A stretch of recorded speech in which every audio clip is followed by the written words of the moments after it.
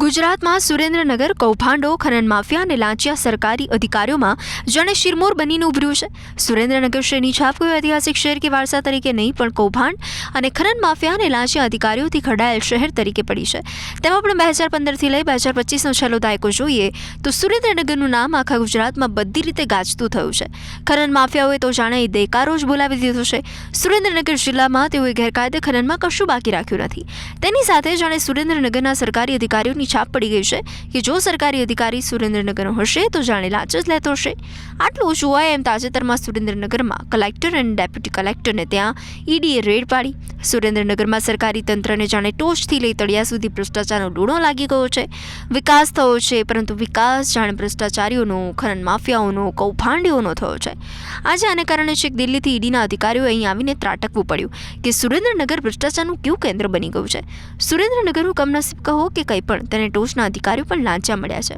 તેમને પોતાની ડિગ્રી મુજબનું કૌવત બતાવવાના બદલે જાણે તે પોતાની ડિગ્રી અને હોદ્દો રૂપિયામાં વટાવવા આવ્યા હોય તે રીતે કામ કરે છે। હવે સુરેન્દ્રનગરના માથે લાંચા સરકારી અધિકારી મારવામાં આવે છે કે સરકારી અધિકારી અહીં આવીને લાંચા બની જાય છે, એક મોટો સવાલ છે। તાજેતરનું ઉદાહરણ લઈએ તો 1500 કરોડના જમીન કૌભાંડમાં કલેક્ટર રાજેન્દ્ર કુમાર પટેલ, નાયબ મામલતદાર ચંદ્રસિંહ મોરી સહિત 4 અધિકારી અને એક વકીલ ઈડીના સાણસામાં આવ્યા છે। અહીં કેટલી કટકી લીધી હશે પોતે જ હજી ઈડી શોધી રહી છે। આ એ બતાવે છે કે કટકીની માયાજાળ કેવી છે। દસ્તાવેજો પરથી કૌભાંડ 1500 કરોડનું છે અને કમસે કમ 10થી 20% કટકી ગણીએ તો પણ 30 કરોડની રકમ તો સરળતાથી થઈ જાય। ઈડીની ટીમ એટલા માટે ત્રાટકી શકી કેમ કે સોલાર પ્લાન્ટ સ્થાપનારી કંપનીની પહોંચ દિલ્હી સુધી હતી। બાકી સામાન્ય લોકોને તો આ સરકારી તંત્ર ગાંઠે જ ક્યાં છે?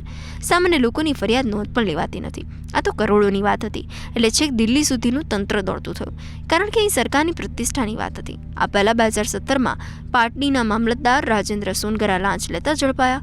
એસીબીએ તેમને 1 લાખ રૂપિયાની રોકડા લાંચ લેતા રંગે હાથ ઝડપ્યા।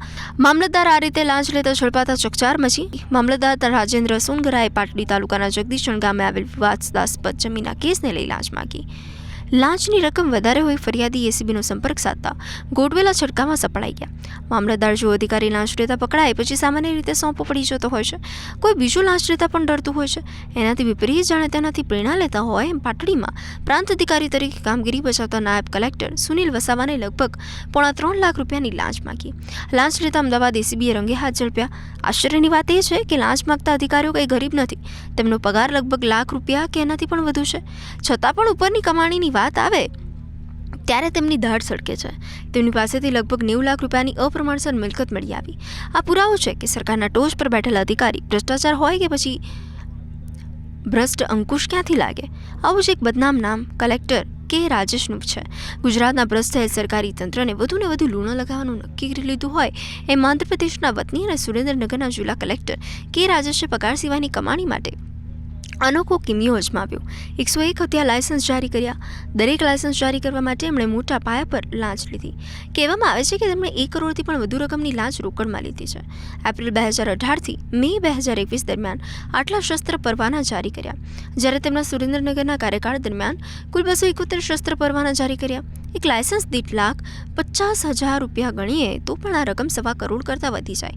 બીજી રસપ્રદ વાત એ છે કે કદાચ પહેલા એવા સરકારી અધિકારી હતા જે લાંચના નાણાં ચેકથી લેતા।